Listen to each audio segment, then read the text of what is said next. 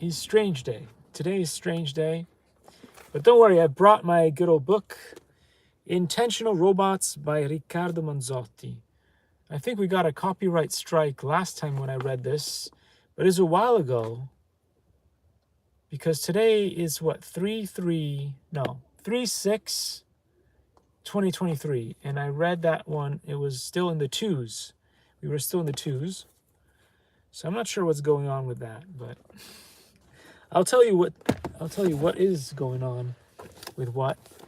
And it is that all kinds of weird stuff is happening with the good old YouTube. The YouTube has been going on, doing funny things as it does.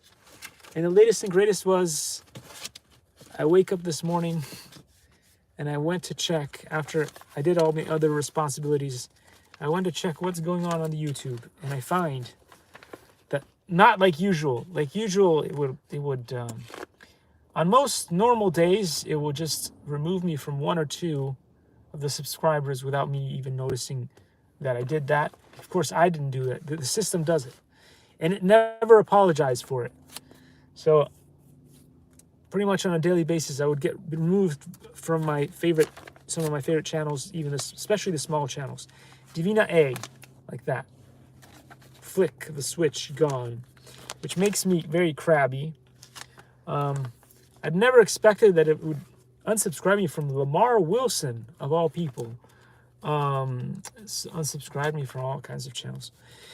Iya's Vlog, Dronixar, Eddie Nunes, and the list just goes on and on and on and on and on and on and on. But you know, it's YouTube. What can be said about YouTube is that it is completely unpredictable. There is one thing that the new CEO has done, which is kind of cool. So I never just bash on things, right? There's been a lot of kerfuffles going on with the YouTube channels and systems and all that stuff since the new CEO came about. Like the I Need Doll thing got destroyed. The Steve channel got destroyed. But the one good thing that is still okay is that they've fixed one issue that was really annoying, which was you could only, if you wanted to do polls with pictures on them, like polls with pictures, what the hell is he talking about? Anyway, you could only do it by using the computer. You had to log into a computer and then use the user interface in there.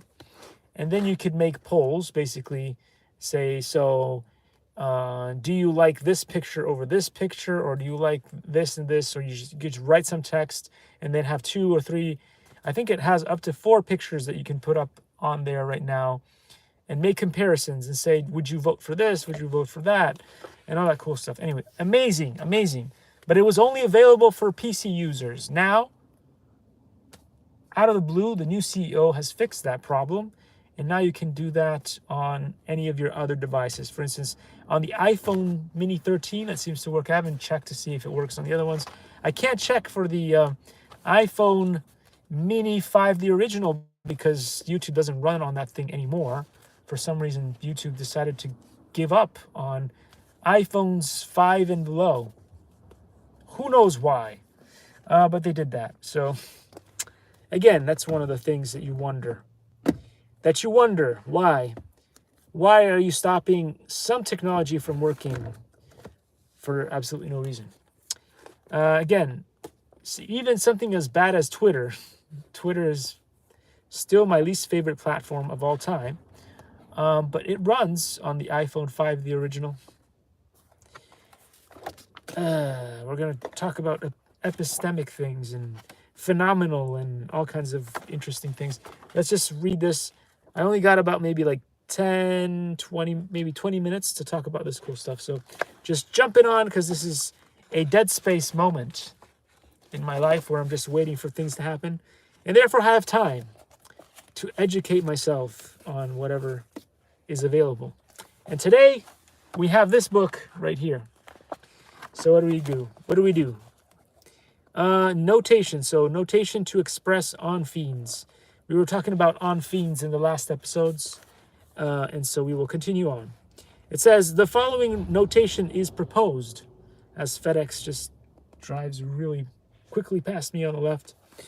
The following notation is proposed. R, within brackets, X, comma, Y. So where R represents the intentional relation, or onfine, X, its content, and Y, its links towards other intentional relations. X and Y are not necessarily singular terms, while R must be so. Besides, Y is introduced to mean the projecting of an onfine towards other onfines. A more concise notation could be R, within brackets, X. In this way, there should be only a reference to its content. Why should this notation be used? R, bracket, bracket, comma. Without the corresponding X that constitutes its substance does not have any meaningful existence. Yet conceptually, it is useful to distinguish between the onfine as a relation and its content. The functional notation could be misleading. If this was the case, a notation like R, X, could be better. Hitherto, we have found that last option unnecessary and little awkward. An onfine could be the content of another onfine. So one onfine and another onfine. There is a linked flow of intentional relations described by the proposed notation. Sometimes an intentional relation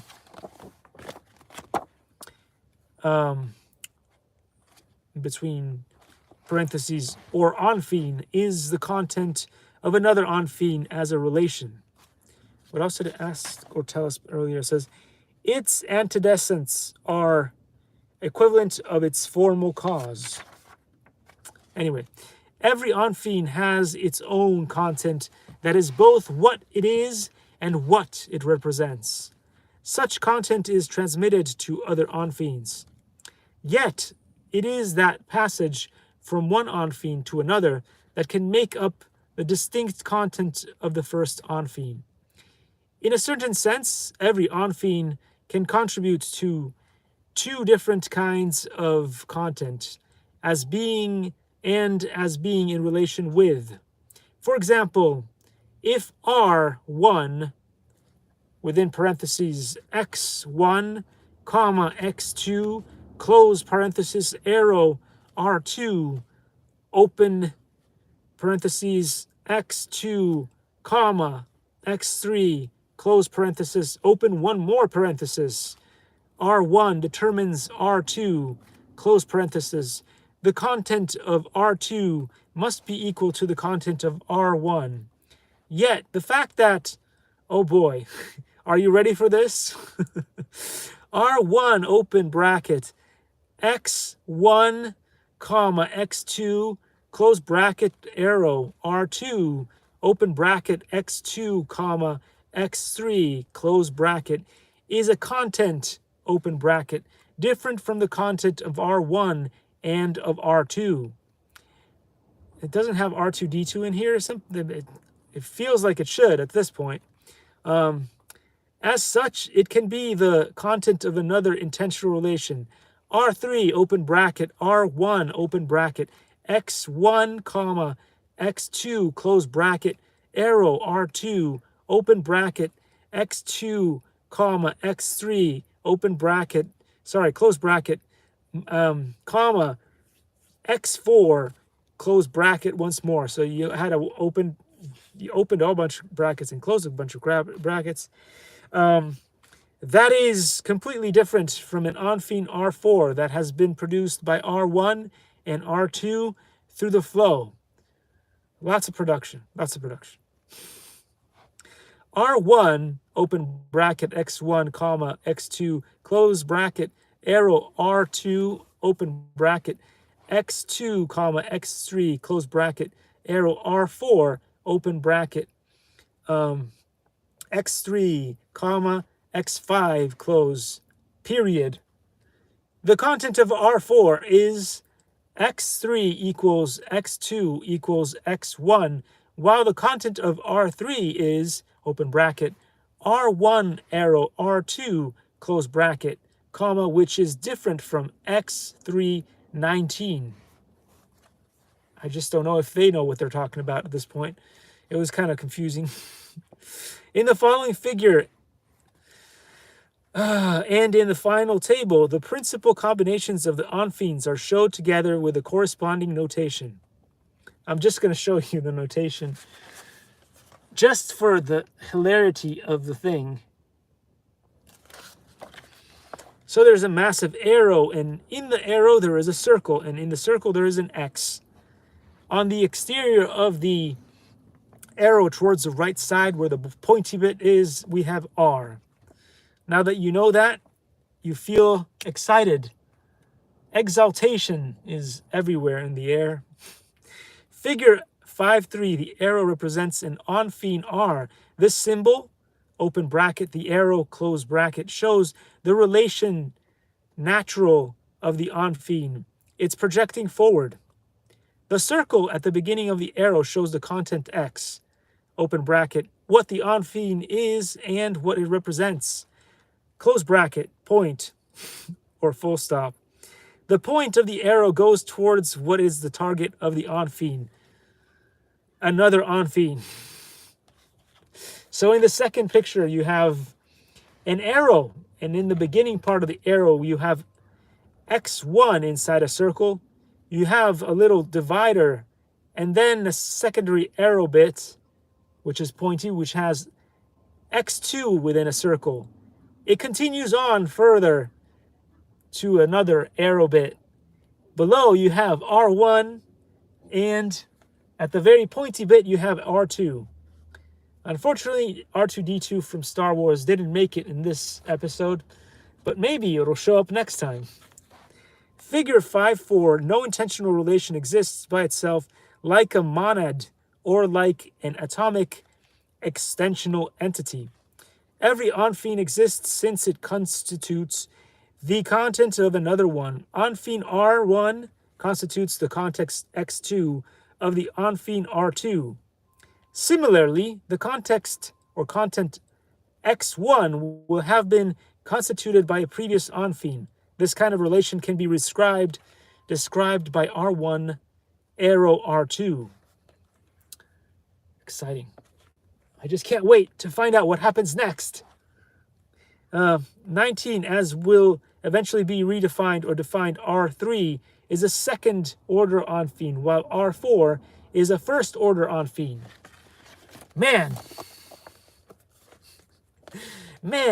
you just love this stuff. So it gets even more complicated just because it wasn't complicated enough before. In this picture, you'll notice just how much more complicated it can get. We have a majestic arrow that is split now into 3 arrows. And all these arrows are intertwined within each other in ways that only the brilliant mind of a genius could come up with. So in the first arrow, then there's a secondary arrow inside that one, and then a third arrow that's a part of the first one, like you've seen previously in this picture right there. So anyway, we have X1 in a circle. We have R1 outside of the circle. We have X2 inside the circle, and we have R2 outside the circle. We have R3, which is outside of all the 3 arrows altogether. Figure 5.5, a flow of linked onphenes can be substituted by just one onphene, whose content is the same as the content of the first onphene in the flow. A simple union of all onphenes constitutes the final onphene. R1 constitutes X2, R3 constitutes, as well as R2, a subsequent onphene not explicitly showed in this figure. The content of R3 is X1, the proposed notation of R3 equals R1 plus within a circle R2. Dang. Don't worry, folks. It's going to get even more complicated. There's a 3-way arrow system now. So X1 within a circle Then there's an x2 within a circle, but within a lower arrow that's also pointing into the same point there where x3 exists. And then there's a third arrow that comes out of the x3. On top of the whole debacle thing there, we have R1. Below we have R2. And R3 is all the way forward beyond the arrow. So anyway, figure 5.6, the content of the intentional relation R3 is given by the onphene R1, E, R2, which are responsible for its being. They can be more than two. In this case, they constitute the content X3 of R3. The point of the arrow shows the production of a new content. A unification of two separate parts of reality has occurred. This kind of relations can be described by R3 equals R1, some kind of star shape within a circle, R2.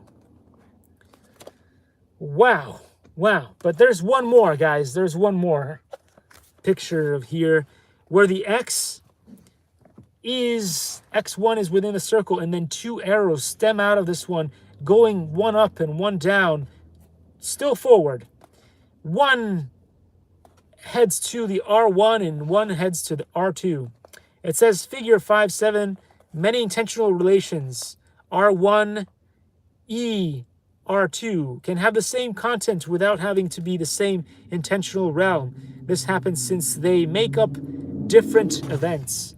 So from one event, you stem out to multiple events, which drives most people to insanity. But don't worry, I'm sure you understand everything that I'm reading right here.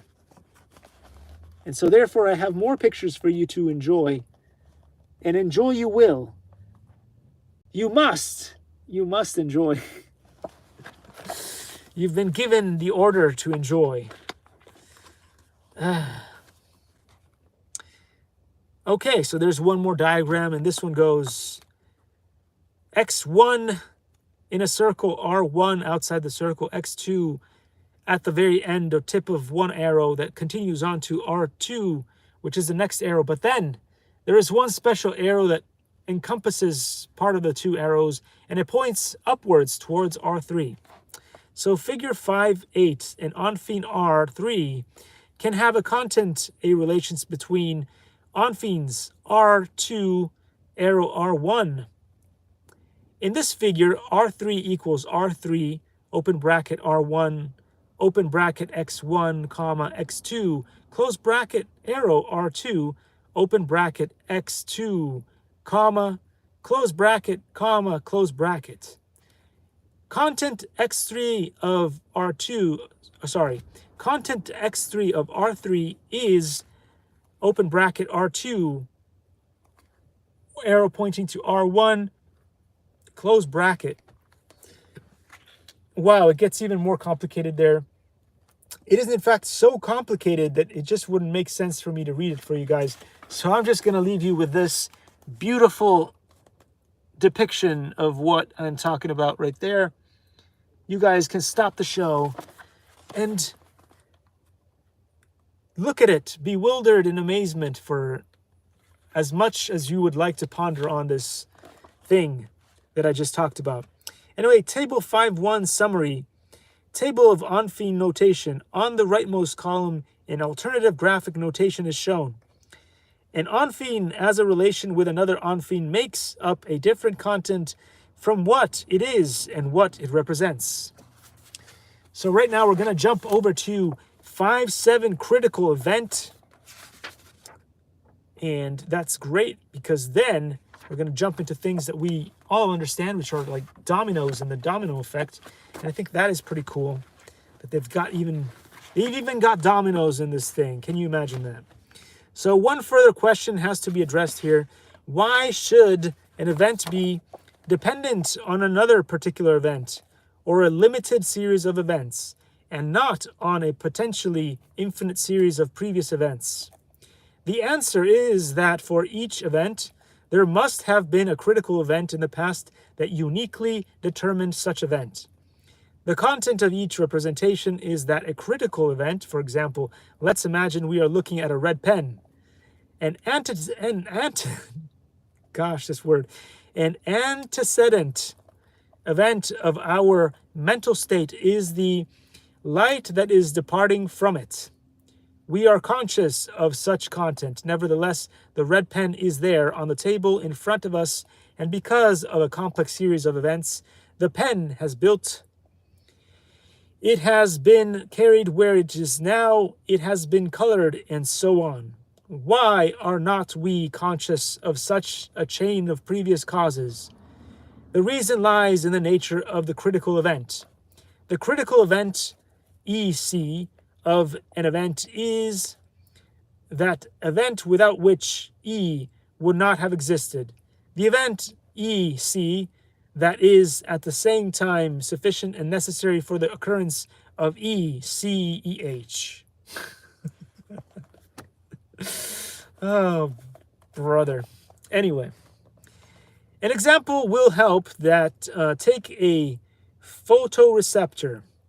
Activation of a photoreceptors is casually dependent on light events. Of course, those light events in turn can be triggered on by other events that are not perceived directly as the content of the light event. For example, someone can switch on a light bulb, but that antecedent event is perceived in the light that it is diffused from the bulb.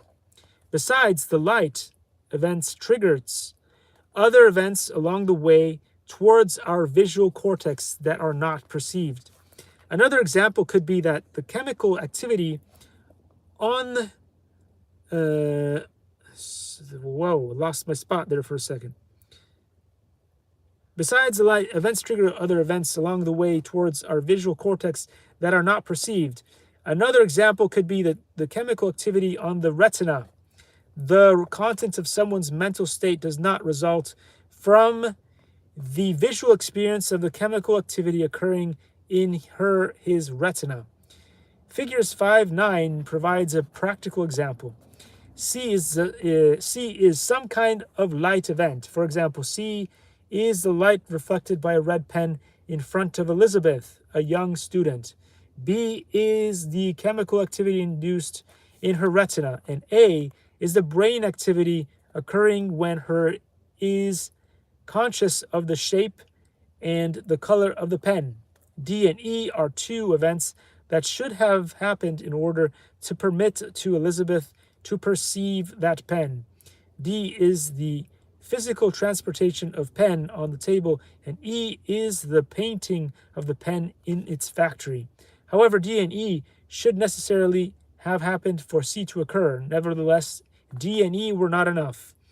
It might have been possible for the room to have been completely dark, or for some other object to have hidden the pen from Elizabeth. D and E were necessary, but not sufficient. So in these events, you need a whole multitude of things to happen in order for the last thing to happen, which is fun. On the other hand, B was sufficient but not necessary in the sense that it could not have occurred without C. B caused A and C caused B. But after C occurred, B must occur too. In this sense, B was not necessary but only sufficient. In other words, A occurs whenever C occurs, or more precisely, A occurred mostly when C occurred. Here, one important issue is at stake. Causation must be intended as a token causation a posteriori. Every mental state must have its content. Each content must be real, since it cannot be a creation of a not existent mental domain. Representation is existence, therefore a mind, an enlarged mind, must be made up of all those events that have as content those corresponding critical events. The critical event is the content of each intentional relation. Given a critical event, it is possible to know what the content of a given enfant is.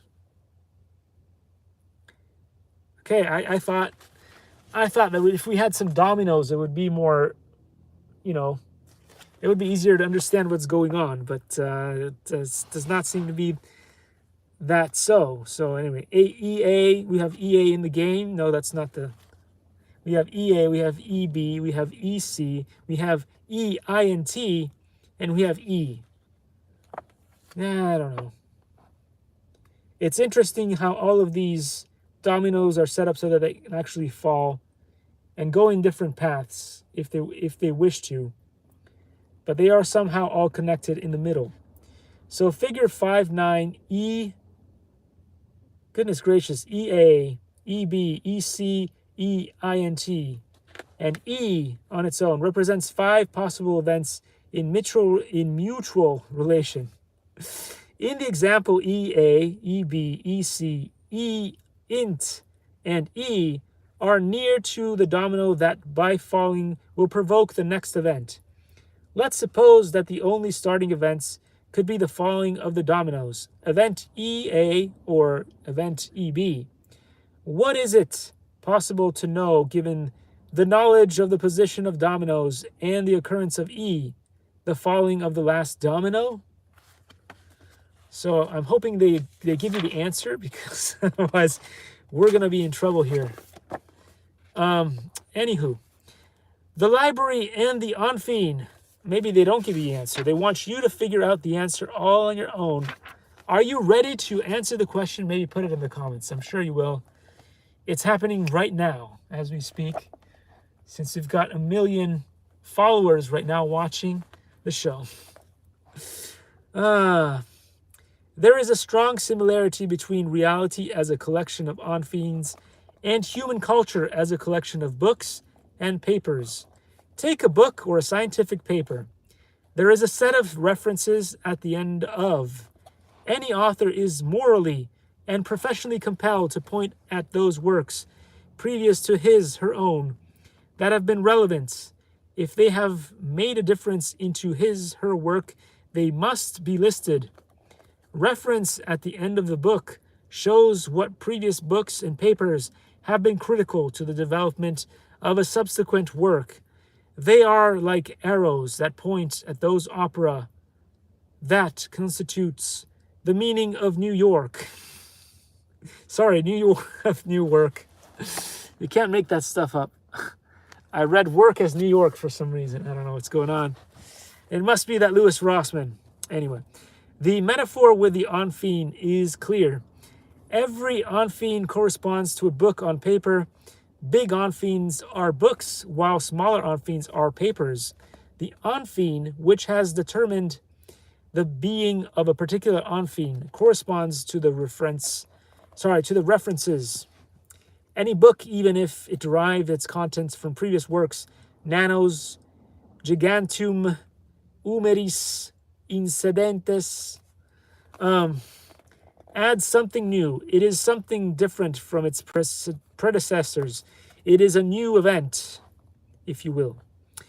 If we look at the flowing of books, a chain of works mutually linked together, when step by step enlarged the domain of human knowledge we would be contemplating a faithful image of the intentional flow that, even if autonomously, creates reality altogether. Another similarity of this metaphor is the unifying role carried out by books as well as by Onfines. Every Onfine unifies a piece of reality. Every book unifies its point of view about a certain matter from a unique perspective. They have a nice picture for you guys to take a look at. But for us, it is all about, for us on this YouTube channel, it is all about the other YouTube channels. And if you go check out the famous wall, which is like the new Instagram, but on YouTube, you will notice that I've pretty much put out a shout out to every single possible YouTube channel that I've ever watched, I guess, because most of the time, if I watch something, if it's good, I will promote it on the channel. And one of the first things that I'll do is I'll do a screenshot of the channel, and then I'll put it on the wall so you guys can see all of the different other YouTube channels and the whole history. It's basically a syllabus of syllabi. I am basically Dispatch, the dispatch system that allows you to look at all the awesome other YouTube channels that I treasure. And so, yeah, I am pretty much dispatch, but I'm also a cheerleader for all of those awesome YouTube channels. See if we can read a page. A page from Tognazzi. Is it Tognazzi? Tognazzi. Leave it to me to screw up the names of everybody. Tognazzi Cavatorta. Ponti di Pilo, as we know. I forget where we got to. There's a bunch of articles in here and things that have, I guess, essays. Essays have been written. What the heck am I doing here? Essays have been written in the past. A blast from the past. What the heck was that all about? Guida studio per esame finale. So there's a guide for the final exam for this book. Where the heck did we get to? I've only got like 5 or 6 minutes left in this episode to read you some Italian. And you shall learn if you're into Italian, which you're not. Everybody switches off the channel immediately. Talking about Italian, nobody wants to learn Italian. Anyway, so Pranzo al sole. Tra I neogismi coniati da Filippo Tommaso, Marinetta per sostituire vocaboli stranieri, this is a hard one, prolibibita invece di cocktail. What? Pranzo al sole. Per picnic. This is crazy.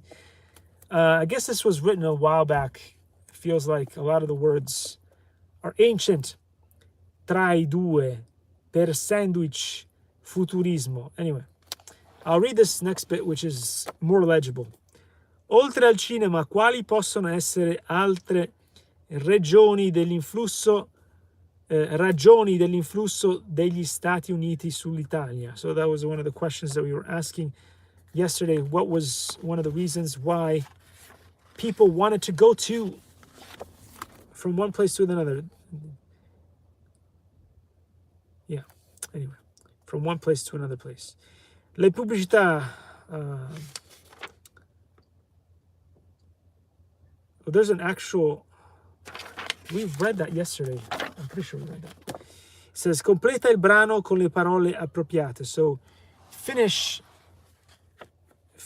this this work by inserting the correct words. So it says, Marco e Giorgio hanno deciso di andare insieme al cinema e guardare un what? It would be film, right? It would be a movie con Bruce Willis, with Bruce Willis.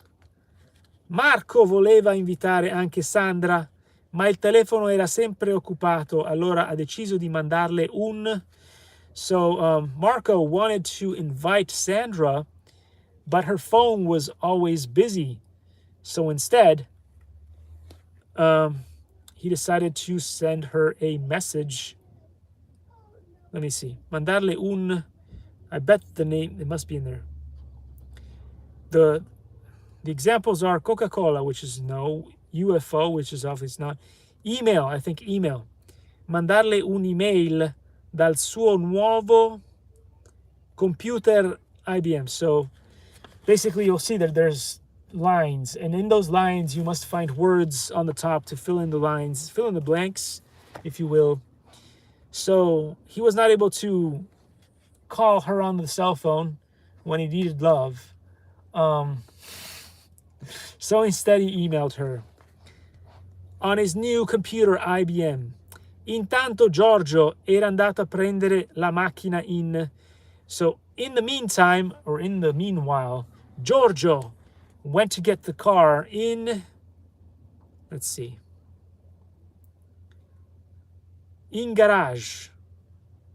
I think there's a problem with the sentence anyway, because it should say nel garage and not in garage. So there's mistakes in the book already. You're giving this to new students to teach them Italian. You've got mistakes. Anyway, prendere la macchina in garage. nel garage. E quando Marco ha finito di scrivere, sono partiti. So when Marco was done writing, they left in their car. Quando sono arrivati al cinema, Sandra era lì che li aspettava. So by the time they got to the cinema, Sandra was there waiting for them. Isn't that just dandy? So Giorgio says, ciao Sandra, come hai fatto ad arrivare così presto? So what's up, Sandra? How did you get here so quickly? And Sandra replies, appena ho ricevuto il messaggio di Marco, sono scesa e con il primo... What the heck? Skateboard. So she said as soon as she received the first email from Marco, she picked up the first skateboard. So I don't see anything else that we could put in there. You would have thought she would have picked up the first scooter or something faster than a skateboard. But anyway, she picked up the skateboard. And what else? What else happened? Ci sono voluti solo 5 minuti per arrivare qui. So only 5 minutes to get where she was going is what she said here.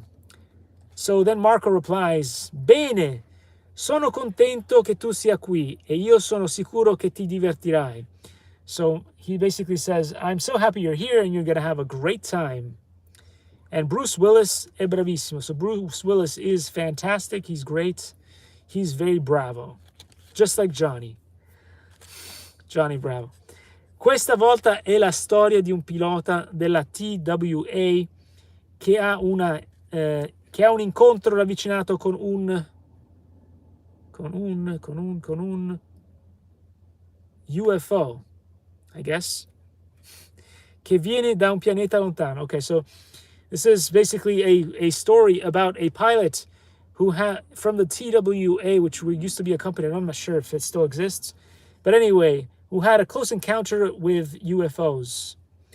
And then Sandra says, ma non lo so. She says, I'm not sure about, I'm not sure about this. Il vostro gusto è diverso dal mio. Your, what you like is different from what I like.